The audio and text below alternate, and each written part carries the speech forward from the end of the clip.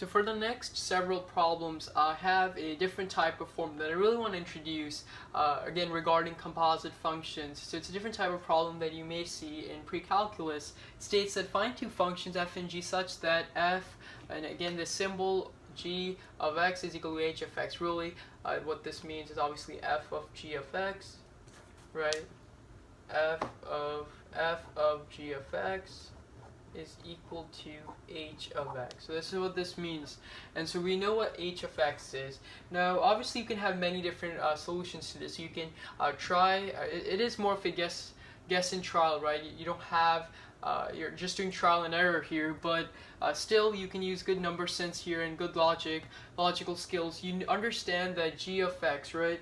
G of x here must be 2x plus 1, right? Because if it is 2x plus 1, then you're just squaring that. So then you could say that f of x is equal to x squared. So when I just look at this, I know g of x, because it's the inside function, that must be equal to 2x plus 1. And then f of x is equal to x squared, right? Because g of x, you know, that's 2x plus 1, and then, you know, f of 2x plus 1, well, we want to get 2x plus 1 squared, therefore f of x must be equal to x squared. So that's just one possible combination I have here, right? So that's question number 75.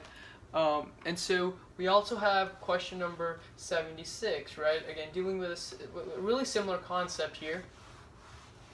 So question number 76. So question number 76 here states that h of x, right? h of x is equal to the square root of 9 minus x, right? And so we want to do the same thing. Again, we're talking about our inner function being g of x, right? So if our inner function g of x is 9 minus x, well then f of x, our outer function, must be the square root of x, right? So here g of x is equal to 9 minus x, and then f of x is equal to the square root of x. It makes sense because if you do f of g of x is 9 minus x, and then f of 9 minus x is just a square root of 9 minus x, which is what we want here, right? So we're just playing around with functions here. So that's question number 76. Now we have question number 77, right? We have h of x, right, is equal to 1 divided by x plus 2, right? h of x is equal to 1 divided by x plus 2. So looking at this, we know that g of x, right, again, our inner function, could possibly be equal to x plus 2. And if we say that, right, we don't know anything and we just say that g of x is equal to x plus 2, well then clearly f of x, right, our outer function, must be equal to 1 divided by x, because we want this x plus 2 here in for x, right? So when we do f of g of x, well, you know g of x is x plus 2, and f of x plus 2 is just, in order for you to do f of x plus 2 and get this 1 divided by x plus 2, f of x must be equal to 1 divided by x. So that makes sense as well, right? So that's question number 77.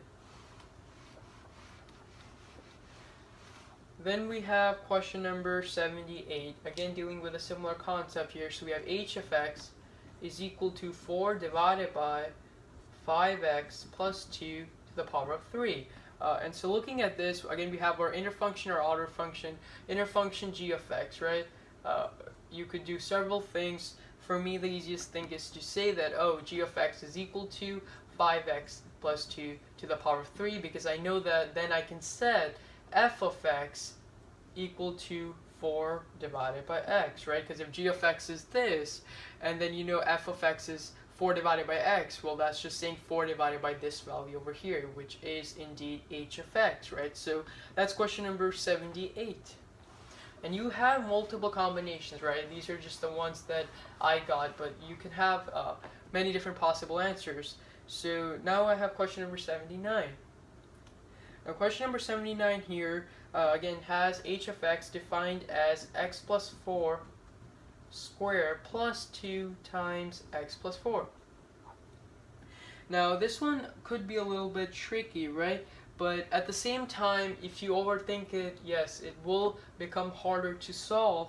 and look for those two functions. But if you think this as, as really simple as x plus 4 being a variable, right? X plus 4 being u, then we could also say that g of x is equal to x plus 4, right? We in our minds we know that x plus 4 could be u, it could be z, it could be a, it could be b, any variable.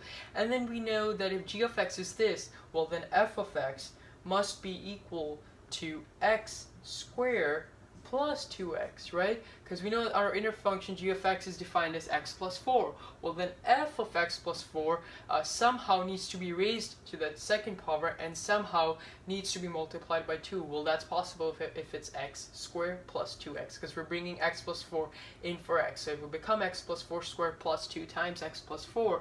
So that's question number 79.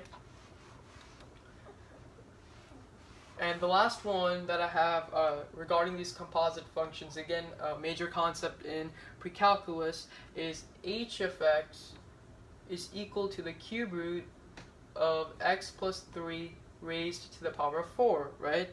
Plus 4 times the square root of x plus 3. We want to find two functions. Again, when I look at this, I see that x plus 3 is common, right? X plus 3 is something that's present in this factor as well as in this factor, right? So what I would do is I would say that, oh, my inner function g of x is equal to x plus 3, and then somehow write f of x in a certain method, in a certain way, so that I can basically substitute this x plus 3 in for the f of x to get this h of x, right?